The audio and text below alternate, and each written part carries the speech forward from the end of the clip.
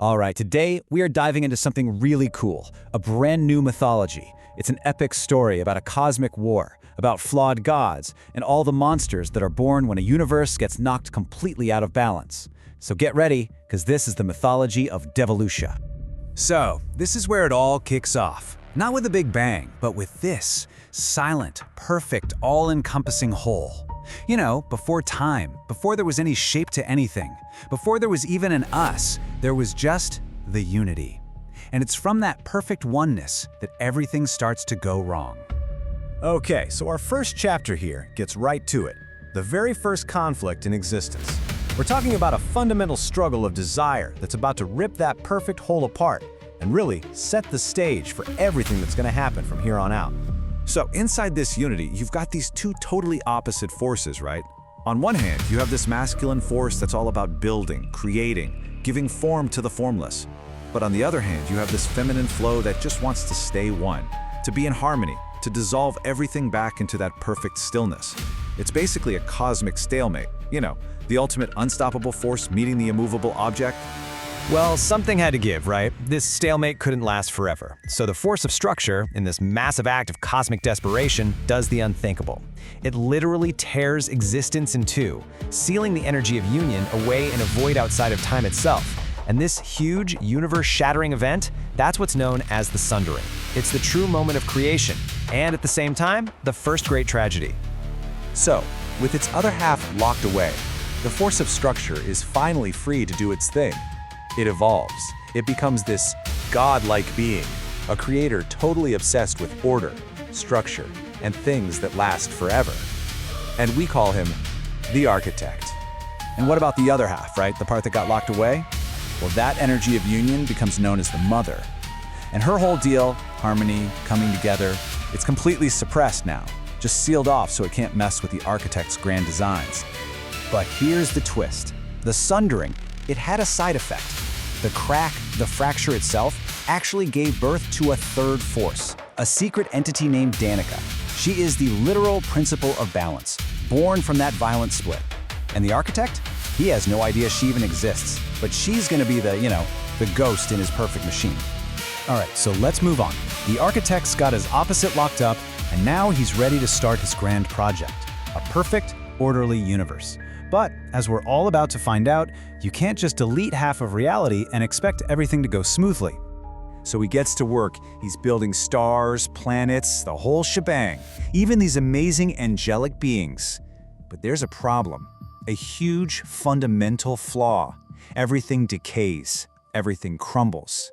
He just calls it nature, but what it really is, it's the echo of the mother, whispering through the cracks of reality, reminding him that nothing is supposed to last forever. So, to fight back against this decay, the architect comes up with what he thinks is the ultimate solution, his masterpiece. It's basically a cheat code against the natural order, and that is the human soul. And get this, it's not just something he made, he literally chipped off a piece of his own divine essence to forge it. So it was designed to be totally immortal, unbreakable, and, he hoped, completely immune to that pesky echo of dissolution. Okay, let's do a quick recap just so we're all on the same page. We started with the perfect unity. It gets shattered by the sundering. This lets the architect go nuts creating the universe, but he runs into the problem of decay, so he invents the immortal human soul to fix it, his perfect final solution, or so he thought. And this brings us to the very first humans, Adamor and Eridera. And this right here is the turning point.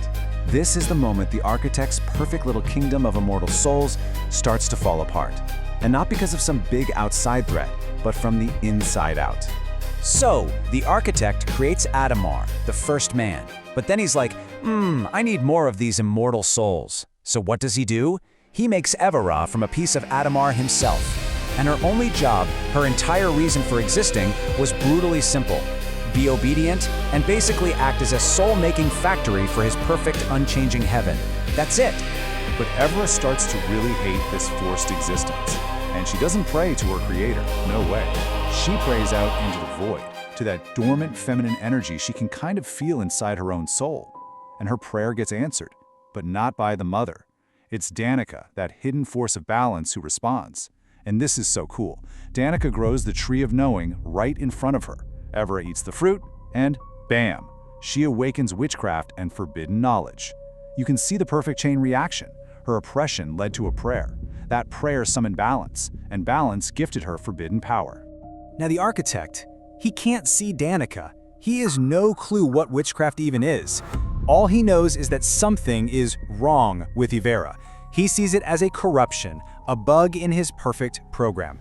And for that one unforgivable imperfection, he boots them both out of his celestial paradise. Kicked out, just like that. And folks, this is where the story just goes into overdrive. Because what we're about to see is that every single supernatural creature you can think of, every monster hiding in the shadows, it all stems directly from this one act of rebellion and the cosmic imbalance that created it. So they're in the mortal world now, and Avra has two sons, Kael and Avel. Kael, well, he's got a bit of his mom's forbidden power in his soul, a taint in the architect's eyes. But Avel, he's pure, blessed, the clear favorite. And all that favoritism, it breeds this terrible jealousy in Kael that ends with the world's very first murder, completely shattering the architect's dream of perfection. So now the architect has a brand new problem. What do you do with a corrupted soul? Remember, souls are immortal. They're pieces of him, so you can't just destroy one. His only option is to build a prison realm, a containment unit, and that is the Abyss. And it's really important to get this. This place wasn't designed to be evil. It was just a cosmic jail, born from his own failure. Meanwhile, Evra is now fully awakened.